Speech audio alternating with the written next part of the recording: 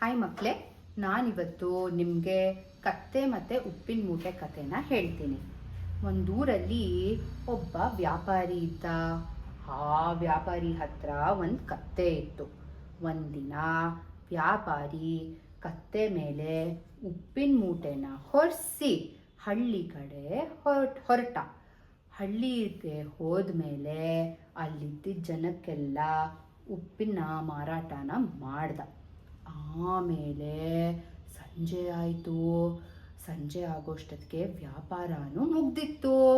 ವ್ಯಾಪಾರಿ ಮತ್ತೆ ಕತ್ತೆ ಮನೆ ಕಡೆ ನಡೆಯಕ್ಕೆ ಶುರು ಮಾಡಿದ್ರು.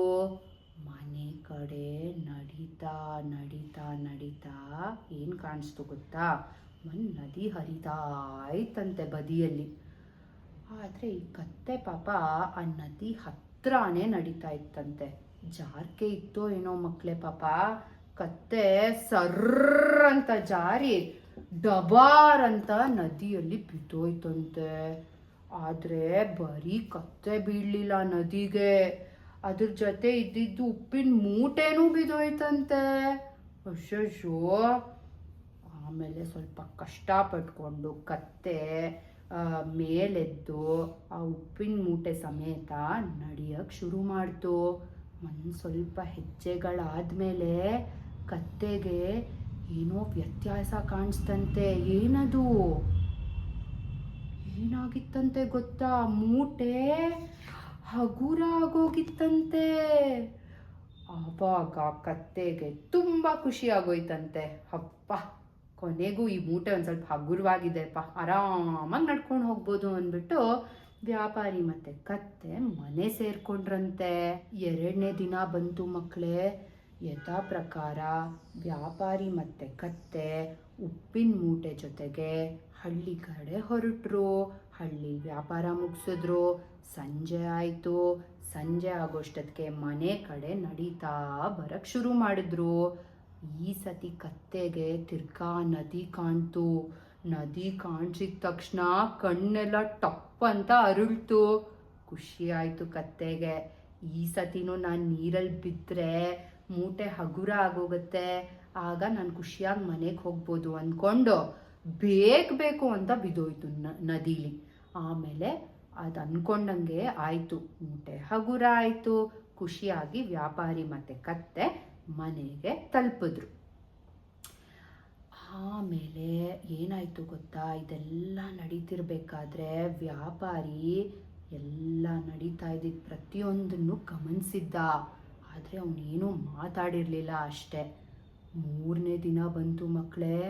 3ನೇ ದಿನ ಕತ್ತೆ ಸಮೇತ ಒಂದು ಮೂಟೆ ಹೊತ್ಕೊಂಡು ವ್ಯಾಪಾರಿ ಏನು ಮಾಡ್ದ? ತಿರ್ಗಾ ಹಳ್ಳಿಗೆ ಬಂದ. ಹಳ್ಳೀಲಿ ವ್ಯಾಪಾರ ಮುಗಿಸ್ದ. ವ್ಯಾಪಾರ ಮುಗಿಸಿ ಮನೆಗೆ ಹೊರಟ ಕತ್ತೆ ಜೊತೆಗೆ. ಈ ಸತಿನೂ ಕತ್ತೆ ಅದೇ ಅಂದ್ಕೊಂತು, ನಾನು ತಿರ್ಗಾ ನದಿನಲ್ಲಿ ಬಿದ್ದರೆ ನನಗೆ ತಿರ್ಗಾ ಹಗುರ ಆಗತ್ತೆ ನನ್ನ ಮೂಟೆ, ನಾನು ಆರಾಮಾಗಿ ವಾಪಸ್ ಮನೆಗೆ ಹೋಗ್ಬೋದು ಅಂತ. ಬಿತ್ತು. ಆದರೆ ಎದ್ದಾಗ ಅಯ್ಯಯ್ಯೋ, ಈ ಮೂಟೆ ಏನು ಇಷ್ಟು ದಪ್ಪ ಆಗೋಗಿದೆ? ಕತ್ತೆ ಒಂದಷ್ಟು ಎದ್ಬಿಟ್ಟು ಒಂದಷ್ಟು ಹೆಜ್ಜೆಗಳು ನಡೆದ್ಮೇಲೆ ನೋಡಿದ್ರೆ ಉಪ್ಪಿನ ಮೂಟೆ ಭಾರ ಅನ್ಸೋಕ್ಕೆ ಶುರು ಆಗೋಯ್ತು ಪಾಪ ಅದಕ್ಕೆ. ಏನಾಗಿರ್ಬೋದು ಮಕ್ಕಳೇ? ಈ ಉಪ್ಪಿನ ಮೂಟೆ ಏನಕ್ಕೆ ಭಾರ ಆಗಿರ್ಬೋದು? ಬನ್ನಿ ನೋಡೋಣ. ಆ ವ್ಯಾಪಾರಿ ಆ ಹಳ್ಳಿನಲ್ಲಿ ಏನು ಮಾರ್ದ ಅಂತ ತಿಳ್ಕೊಳ್ಳೋಣ. ನೋಡಿ, ಆ ವ್ಯಾಪಾರಿ ಮೂಟೆ ಸಮೇತ ಬಂದಿಯಾನೆ ಕತ್ತೆ ಜೊತೆ ಮಾರ್ತಿದ್ದಾನೆಲ್ಲ. ಓ, ಆದರೆ ನನಗೆ ಇವಾಗ ಅರ್ಥ ಆಯಿತು. ಉಪ್ಪಿನ ಮೂಟೆ ಅಲ್ಲ ಇದು, ಹತ್ತಿ ಮೂಟೆ ಈ ವ್ಯಾಪಾರಿ ತಂದಿರೋದು 3ನೇ ದಿನ. 1ನೇ ದಿನ 2ನೇ ದಿನ ಉಪ್ಪು ಮಾರ್ದ, 3ನೇ ದಿನ ಹತ್ತಿ ಮಾರ್ದ. ಅಂದರೆ ಹತ್ತಿ ಮೂಟೆ ನೀರಿಗೆ ಬಿದ್ದರೆ ಭಾರ ಆಗತ್ತಾ? ಓ, ನಂಗೆ ಇನ್ನೂ ಒಂದು ವಿಷಯ ಇವಾಗ ಅರ್ಥ ಆಯಿತು ಮಕ್ಕಳೇ. ಏನು ಗೊತ್ತಾ? ಉಪ್ಪಿನ ಮೂಟೆ ನೀರಿಗೆ ಬಿದ್ದರೆ ಉಪ್ಪು ನೀರಲ್ಲಿ ಕರಗ್ಬಿಟ್ಟು ಮೂಟೆ ಹಗುರ ಆಗೋಗತ್ತೆ. ಅದೇ ಹತ್ತಿ ಮೂಟೆ ನೀರಲ್ಲಿ ಬಿದ್ದರೆ ಹತ್ತಿ ನೀರನ್ನೆಲ್ಲ ಕುಡಿದು ಮೂಟೆ ದಪ್ಪ ಆಗಿ ಭಾರ ಆಗಿಬಿಡುತ್ತೆ. ಓ ಇದು ವ್ಯಾಪಾರಿ ಮಾಡಿದ ಉಪಾಯ ಬೇಕು ಅಂತ ಈ ಹತ್ತಿ ಮೂಟೆ ತಂದಿದ್ದು 3ನೇ ದಿನ ಕತ್ತೆ ಪಾಠ ಕಲ್ಸಕ್ಕೆ. ಪಾಪ ಅಲ್ವಾ ಕತ್ತೆ, ನೋಡಿ ಎಷ್ಟು ಬೇಜಾರು ಮಾಡಿಕೊಂಡು ಈ ದಪ್ಪವಾಗಿರೋ ಭಾರವಾಗಿರೋ ಮೂಟೆನ ಹೊತ್ಕೊಂಡು ನಿಧಾನವಾಗಿ ದುಃಖದಿಂದ ಮನೆಗೆ ಹೊರಟೋಯ್ತು. ಅಷ್ಟೇ ಕತೆ. ಮಜಾ ಬಂತಲ್ವಾ? ಮತ್ತೆ ಇನ್ನೊಂದು ಸತಿ ಇನ್ನೊಂದು ಕಥೆಯೊಂದಿಗೆ ಸಿಗೋಣ. ಬಾಯ್.